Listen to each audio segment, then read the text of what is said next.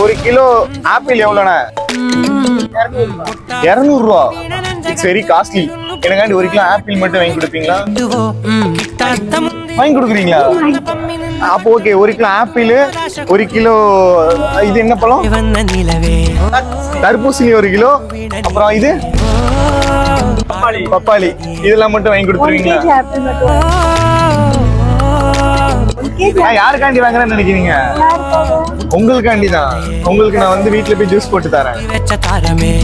Juice போட்டு தருவேன் உங்களுக்கு. பாருங்க, நீ ஃப்ரூட்ஸ் எடுத்திருக்கீங்க. வெயிட்டா இருந்ததுன்னா நான் வச்சுப்பேன். இல்ல நான் வச்சுக்கிறேன். பாக்குறது குட்டியா குட்டி இந்த மாதிரி தான் இருக்கீங்க.